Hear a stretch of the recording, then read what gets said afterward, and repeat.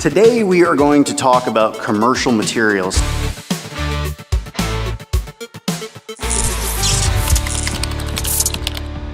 So I've actually had some people do some requests for commercial content working with commercial materials because they do a lot of residential and they want to move into commercial, but they've never used any of the materials.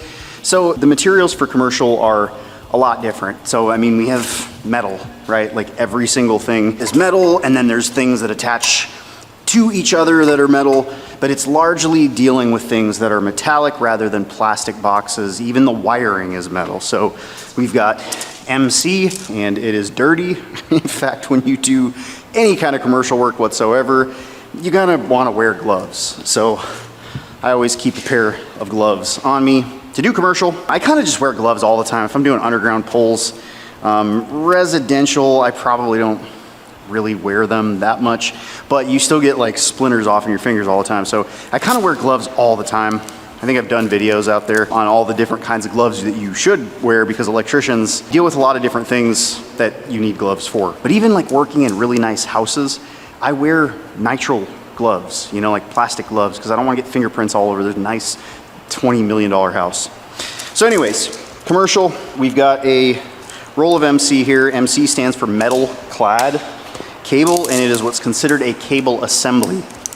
So kind of like Romex or NM cable is an entire assembly of wires inside of it. It's a whole thing as a whole. It is a cable. This is a cable assembly. So what we have inside of here, this thing's called a Roto-Splitter. To get the jacketing off of this, you put this inside of here, spin it a few times. There's a little blade inside of here that cuts and scores it so that you can reveal the conductors that are on the inside. When you're working with it, you just want to take this plastic, cut the plastic off, and this is what you're working with. So just like we would have 12-2 in residential, some of you apprentice might be familiar with the yellow Romex 12-2. It's got a black, white, and a green. This is 12-2 MC.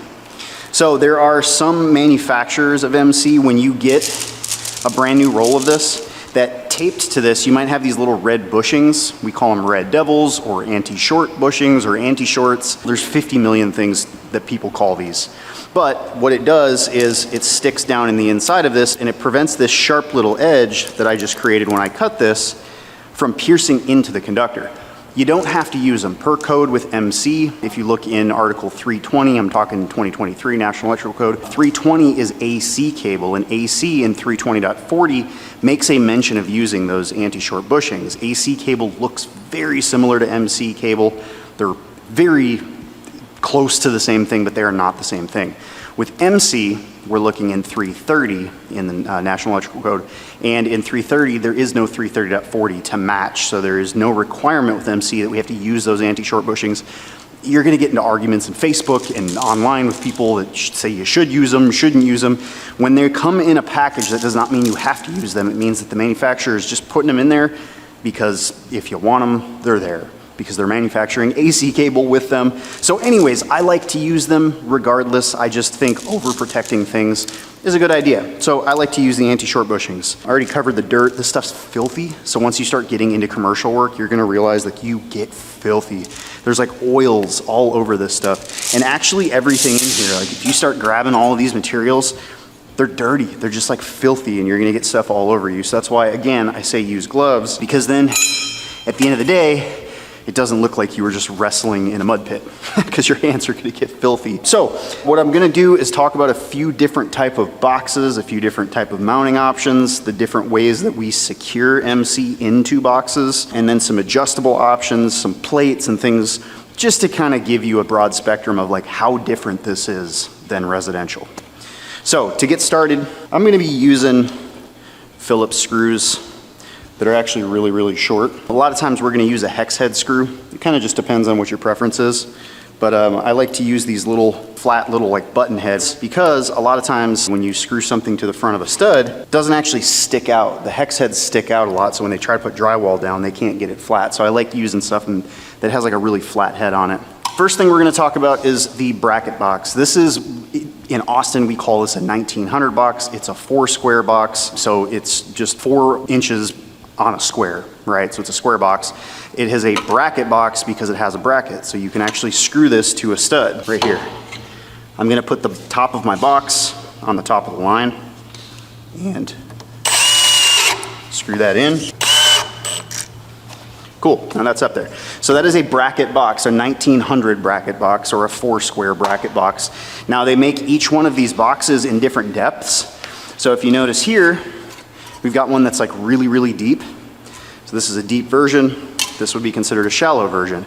So they have like a medium, a deep, and a shallow for most boxes that you're gonna buy. Even the covers, which we'll get into here in a minute, some of them are shallow, some of them are medium, some of them are thick. But with something like this is just a normal 1900 box, and it's got the same thickness as that, but how do you secure this? Like you could screw it to the front of the stud, but you're gonna have drywall here, right? So like a lot of times if you're gonna use these, if you don't have the bracket boxes to use, we have to use some kind of a mounting option.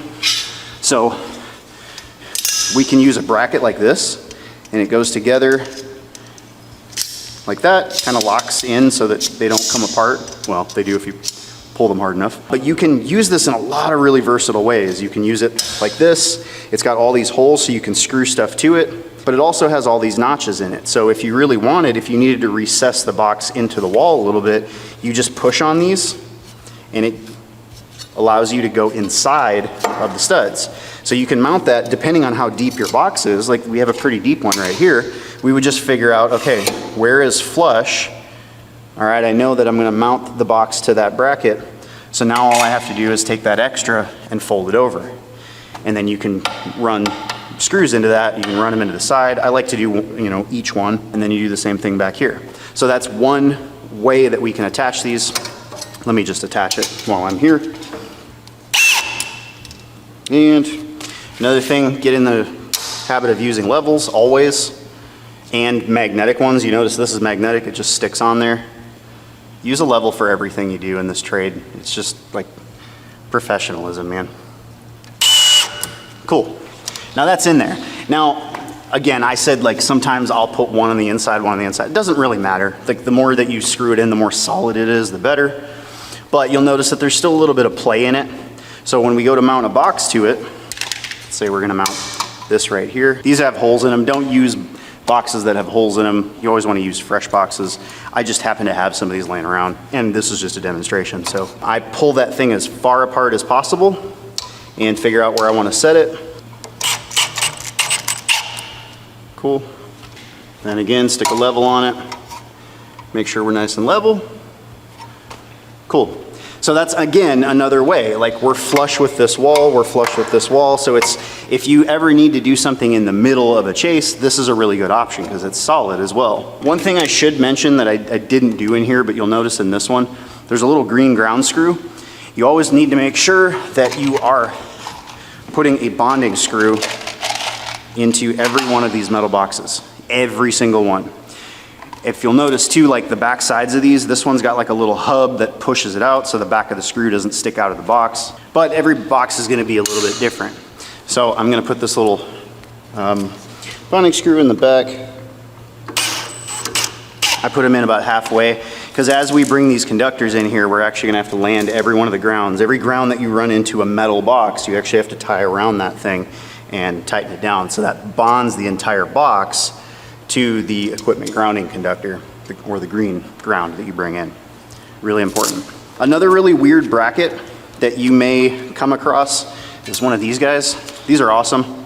So a lot of the time when you are laying things out, if you know that you need a box and you don't like use these bracket boxes, you can use something like this. So this part goes against the wall. It is curled. I've seen people use these where they put them on the back side like that because it wraps around the stud and it still gives you flush mount in the front. But how they actually show in their pictures using it is right here. You take 2 screws, boom, and pop that in. So these are really nice because, again, we can take one of these boxes. Let me see if I don't have another box, but I do have an extension ring, which is fine just for demonstration. You can actually stick this thing in here and it's got little knockouts, so you just tighten it and it holds the box. Right, that's pretty cool. It also allows you to, if you needed to mount it 90 degrees, it's got holes that match up over there. So same kind of thing, just depends on what your layout is. But another really cool thing is if you have a 1900 box, a smaller one like this, and a 2100 box, or a 4 square box, or a 411 box, some people call these as well. What's really cool is it doesn't matter which size box that you have, you can use both. So this one, we've got these outer holes here. We just line up. These are a little bit trickier to get in, but boom, same kind of thing.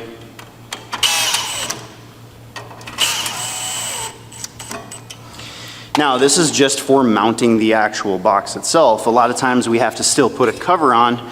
So when we have a box, we need to put a cover because we're gonna have like a switch or a receptacle on it. Now with a 411 box like that, we're not gonna use this same kind of a cover. But like with this one, say this was gonna be a switch.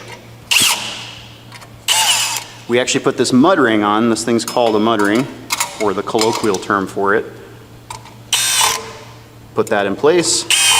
And now we can put a receptacle in there, we can put a switch, doesn't matter, we actually have something to mount to. But you notice without that, we have nothing to mount the actual device to, so we have to have that in there. So while we're on the covers, let's talk about covers for a minute. This is a traditional mud ring.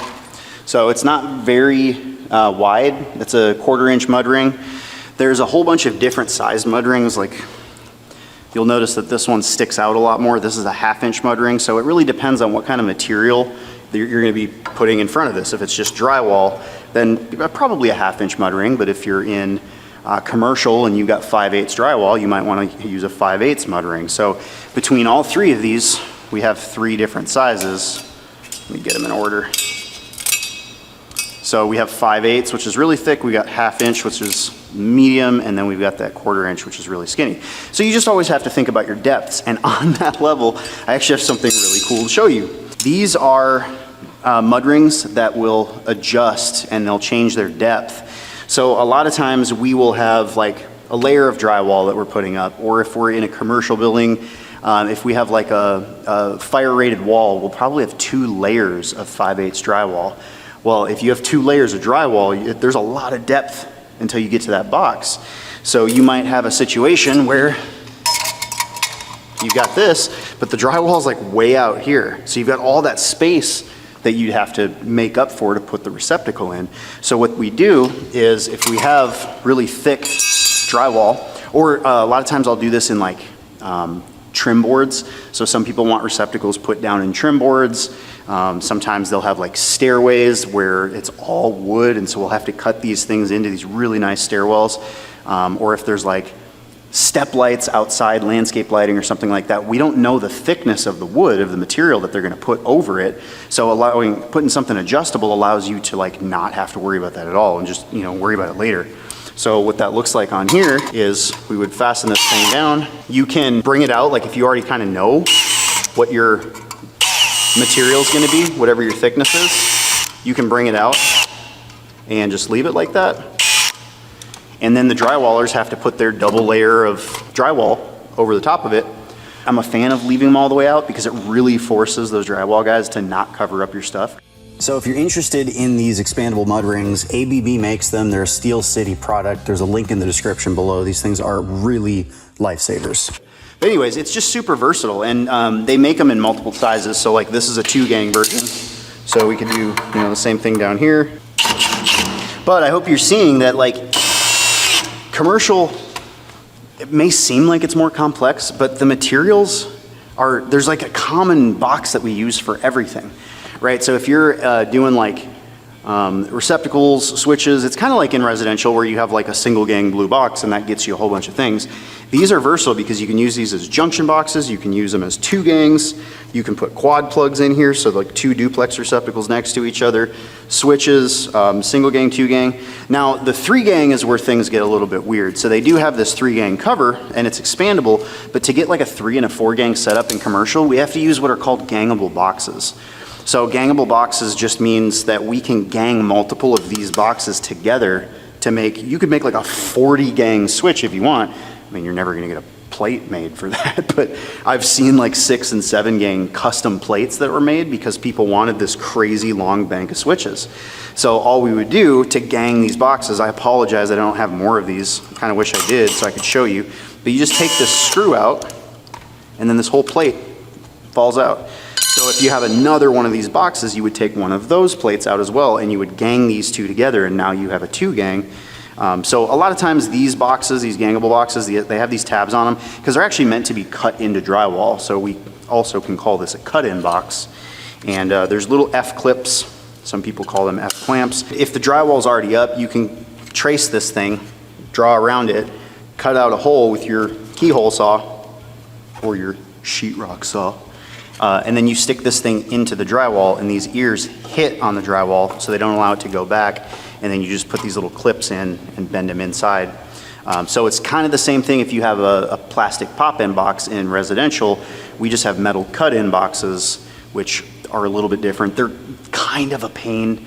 Truly, there's better styles of these that actually have little screws on them and they have arms that will hold onto the back of the drywall. I love those so much more than having to use those F-clips or F-clamps. How these things get wired, how you actually put MC in them is going to be different a lot of the times too. So you'll notice on this one we have a couple of different hole options. So we've got these tiny little holes that you literally just slam the MC into it, and there's a little tiny clamp on the inside of this thing, and that clamp can loosen and tighten, and so it just tightens down on the actual MC in there, which is really awesome if you don't want to have to use connectors like these guys. The other option is you can pop one of these things out and just use a normal MC connector. So this is an MC connector. You just press them in. This is a double MC connector, so you can take 2 pieces of MC and go in. But some people don't want to do that. Some people just prefer popping these things out.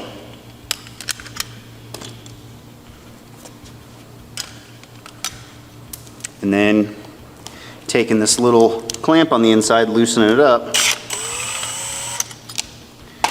And then when they bring their wire in, they just feed the wire into that hole. And then to get it to stay, they just tighten that clamp up in there, and boom, solid. It's absolutely okay to do that. If you use Romex, you can do that with Romex as well, but it's not gonna pull out, it's a solid connection. What I like about these little clamps in there is all you have to do is unscrew them and pull this back out. When you use connectors like this, it kind of sucks trying to get the wire out of connectors, because once you put this thing in there, it snaps in because this is corrugated, so it kind of locks the MC in place, and then good luck trying to get that out. You can get it out, I mean, if you kind of sit and spin it, or these things lock in place, but if you stick your screwdriver in there, you can pry that little metal piece out and the whole part comes out, but you still have to sit and mess with trying to get them out. Most of them come with like a screw like this, so you can loosen them up to try to get your cable out, or if they're like a 2-piece like this one. So at least you can get to the wire to pull it out and then put the connector back together and reuse it. But it's a little bit more of a pain. It's quicker, in my opinion, to use these snap-ins. So on a job where I'm just blowing and going, I'll have a whole bunch of these single gang, or the single barrel and double barrels. This is a double barrel. And I'll just go through every one of these, pop this out, pop that out, and I think about where every single wire is gonna go and how many I need everywhere. So for me, it's easier just to do that, because then all you're doing is roto-zipping the end of your wire, and then boom, pop it in, bring it over, roto-zip again, pop it in. So I'm still a fan of using the actual snap-in connectors, but I know some people that do prefer not to do that and they just use the clamps. The problem with these clamps though is when we start learning about code and about box fill, so once you get into 314.16 in code, we have to calculate the volume of this box. Every wire that you stick in there, every device that you put, every clamp inside takes up a certain volume. So the problem becomes, if you're not thinking about that volume and you start stuffing stuff in here, you could fail your inspection because you've overfilled the box. You have too many things in there. So these clamps actually add volume. It's one of the downsides. But you can always just use deeper boxes and it gains volume. on that level too, or on that tidbit of knowledge, every single one of these covers has a certain volume to it. So if you notice, like, let's say this box has a certain volume. It's always going to be stamped somewhere inside that'll tell you like how many cubic inches the box is. When you add something like this that has depth, you're actually making the box bigger. So when if you were to put something like that, this will say like, I don't know, 4 cubic inches or something, 6.5 cubic inches. So adding an industrial cover like this actually gives you more volume, so it's really helpful. Something like this gives you volume too, but not very much, and the deeper ones, they all have a little bit different volume to them. The difference with one of these, with a mud ring, is the mud ring gets covered up by drywall, whereas if you're using an industrial cover, this is something that's going to be finished in the middle of a room. So you might actually have like a box mounted on a steel stud somewhere, and you're putting this on it, and people are coming in to plug into it this way. So this is going to be exposed. The whole entire box will be. You might have pipe that's running in and out of it. That's another thing. Commercial, you're going to be dealing a lot with pipe, with conduit. It's not pipe. I shouldn't say pipe. Pipe is what plumbers use. Conduit is a raceway that wires go in, so we use conduit, not pipe. But anyways, like, that's kind of the difference of what you're dealing with. There's a lot of times that you're going to be running MC, and there's different sizes and types of MC. You might have flexible metal conduit that looks exactly like this, but it's like 1/2 inch, 3/4, 1 inch. They're like actual conduit sizes, and you have to run your own conductors through them. Whereas with MC and AC, they're going to come as an assembly already manufactured like this. But you're dealing with conduit. Everything's got to be in some kind of a raceway or inside of a cable assembly. If you have a junction box, which is usually just something that's like above a ceiling, it's just a way for us to make wire nuts in a box somewhere, and it's usually hidden. But you'll see a lot of people in commercial actually write on these with a Sharpie, or they'll put some kind of a label on. Sometimes they'll spray paint them like yellow or red, depending on if it's on a fire system or like a high voltage system. But they'll usually put like panel L2 circuits, 14, 16, 18, 208 volt 3-phase. And it's just a way to easily identify from the ground if this thing's, if this thing's like 20 feet in the air, I can very easily be like, oh, I know exactly what circuits are coming out of that box, and it's telling me which panel that those circuits are in, and it's actually telling me what breakers and what voltage and everything. So it's a really good practice to get into, to always label every one of your J-box covers. A lot of people don't. A lot of people just skip it. I'm a fan of every single one. Every one of them labeled what's in it.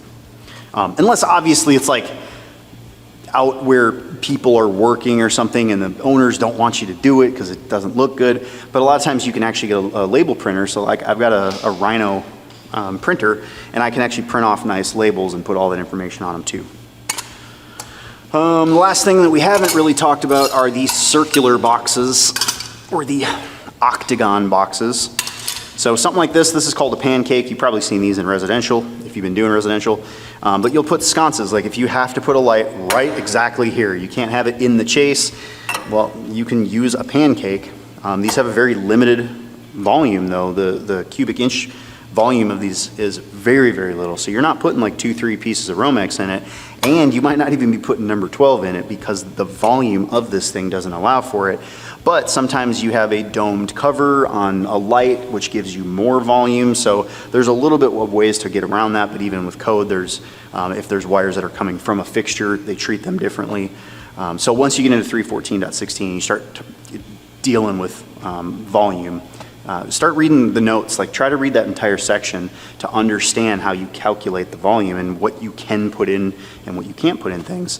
Because that's another thing as an apprentice, that you might be working for some people that just don't know, or they don't care, or your inspectors around you are not very strict.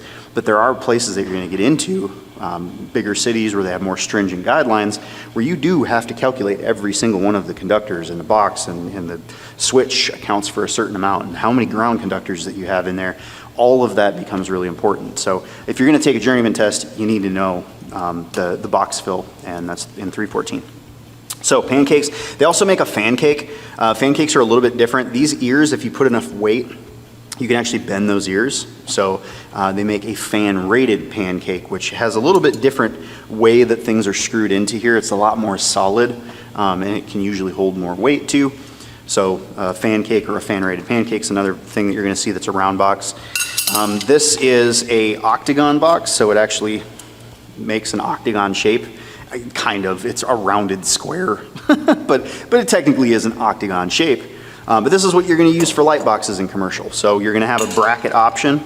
This particular brand right here has these little spikes on it. So what they're still wanting you to do is pull your hammer out, and just to get it set in place, you're not gonna leave it like that because I could tear that off. So you still do have to put screws in it, but it just allows it to stay in place so that you can work on it and come and put your screws in. But that is a bracket octagon box, and there's a million different, well, there's not a million, there's very many different options for these. So some of them will have like a bracket that goes up the back, some of them have different bracket options that come off the side. There's all kinds of crazy different things. And really for all of these boxes, there's gonna be weird little crazy variations. If you notice, I used one of these 1900 boxes earlier, but this actually isn't a box. This is just an extension ring. So this gets you more depth. If you have like so many conductors in this junction box, and you just need more space, you can take an extension ring and this thing just snaps in.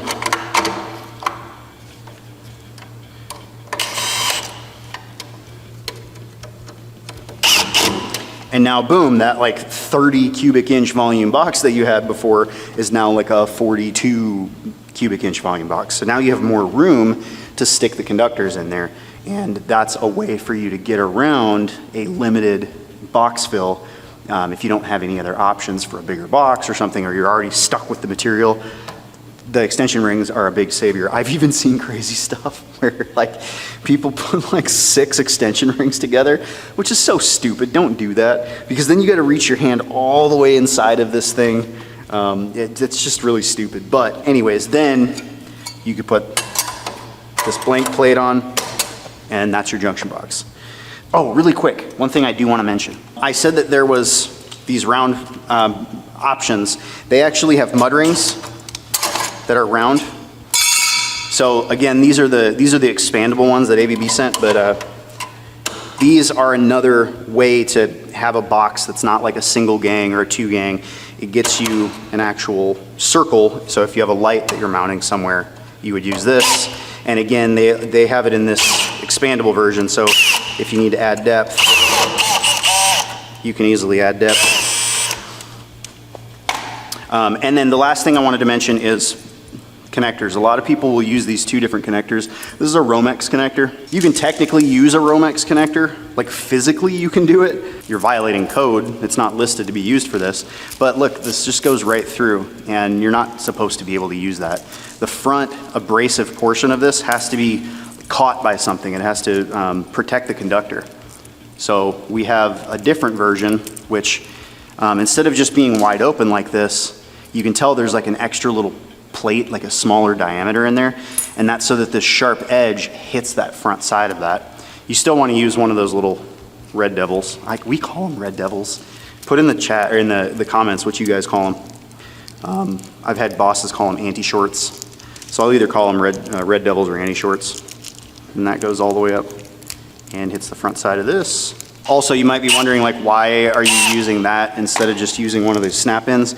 Sometimes you need, for whatever flexibility, you actually need to have a lock ring and put something into a box. It might just be more convenient that way. There might be a piece of equipment that's got like a threaded opening. There's a bunch of different reasons why you would want something that has a lock ring versus something that just snaps in. I'm a huge fan of the snap-in stuff on new construction, but when you get into a remodel and you've got a wall up right here and you can't get your hand 7 feet down into a wall to snap that conductor into a box, having something that has a lock ring is like essential. You have to. So we could fish this wire all the way down, get it inside the box, and then go inside of here and go with our fingers and get that lock ring tightened up. So those are your essential tips with MC. Some last minute things to think about. The corrugation on MC is changing these days. So there are some brands out there. Southwire is really good about innovating all kinds of crazy stuff. They've got hand tools and everything, but there's different MC. Like you can see, this is a really aggressive corrugation. So there's a, well, this one actually will pull in 2 different directions, but some MC, when you run it through the wall, if you have steel studs instead of wood like this, most commercial you're gonna have steel studs, but some places do use wood studs for commercial buildings. Pulling this stuff through steel studs sucks. If you have a really aggressive corrugation, it's gonna pull smoothly one way, but if you need to pull it back out, it's gonna get caught on every single thing. So if you try to get I don't have any with me, but if you try to get some corrugation that's got a lot smoother, shallower tooth to it, I'm sure there's like legitimate names for these things. I'm just a country kid in Texas, so it's toothy. It's aggressive and toothy. But anyways, if you can find some MC like that, it pulls both directions, so it's really, really like nice to use. And one last thing that I want to talk about is the whole using the Roto-Splitter versus not using the Roto-Splitter. You can use the Roto-Splitter like you saw me at the very beginning, and you can see like, boom, it cuts it off. The material's not damaged or bent or anything crazy like that, but you will see a lot of people that do this. They like to break this. And it's because like when you're doing stuff with 1/2 inch metal flex or 3/4 or 1 inch or 2 inch, you have to do the same thing. You have to break it and then you have to cut it. So some bosses, some people that you're gonna work for, hate it when you do this. When you cut the end, it's fine. Everything still works just fine. It's just that people have preferences. But you can see when you do that, look at how mangled up that jacketing is around here and how sharp it is. So that is probably like right on the inside there. It's probably gonna dig into those conductors. If you start moving this wire around and push it in the back of the box, you're probably gonna pierce that insulation. And this jacketing, if the jacketing is bonded or grounded and you pierce like the black, you're gonna short this out. And a lot of times you're gonna short it out like inside of the connector. The amount of mangled up MC that I've had to go do service calls from other people wiring like this, there's so many. So it's not that the bending it trick doesn't work. You can do that. If your boss doesn't want you to, don't do that. Do whatever your boss says. But when you do it like that, you got to go through in here and like work the inside of this and make sure it's not sharp. And then because you don't have to use anti-shorts with MC, people don't put them on, I still will put anti-shorts because even if something's mangled like that with an anti-short, it's not going to. I just say, come over here, grab a Roto-Splitter, stick this guy in, and you're done. You know, it's crisp, it's clean, breaks right off. You do have a little point there, but if you use anti-shorts or if you just go through and cut that little point off, you can. But the whole point with like working out in the field in general is you want to do things really efficiently and you want to think about the way you do things. So as an apprentice, you're probably in this mode of just doing what you're told all the time. You don't really think about why you're doing things and how you're doing them and if there's a better way to do them. I recommend watching other people work. Watch every single journeyman, watch the masters, watch the other apprentices and see how they do things, because you might see something that somebody else does and you're like, holy crap, that's really cool, I like that. Or if you're on TikTok or something and you see like, I don't know, Tennessee Electrician or Electrician Joe or somebody like do something with their wire nuts, like you learn more from watching more people. And you're gonna find after a couple years that the people that you work under might have some really bad habits and they just tell you to do this thing this way, but it's like violating code or it's really crap. So think about why you do things and then always try to improve on what you're doing. And it's just gonna make you a better electrician. If you're always questioning yourself, or start throwing your stuff on the internet and you'll find out real quick in the comments that you're doing things wrong or you call the thing a wrong thing. People love doing that. I've been doing this for 10 years on the internet and it's actually helped me grow. It's because I've gotten so much feedback from all of y'all and questions on things that I didn't even know that I had to go look up and everything. So it's just a constant pursuit of like trying to improve yourself and be better than you were the day before. And I promise if you continue that habit every single day, you're gonna be one of the most phenomenal electricians in the industry. So, hope you guys learned something. Love you crazy people. I'll see you in the next one.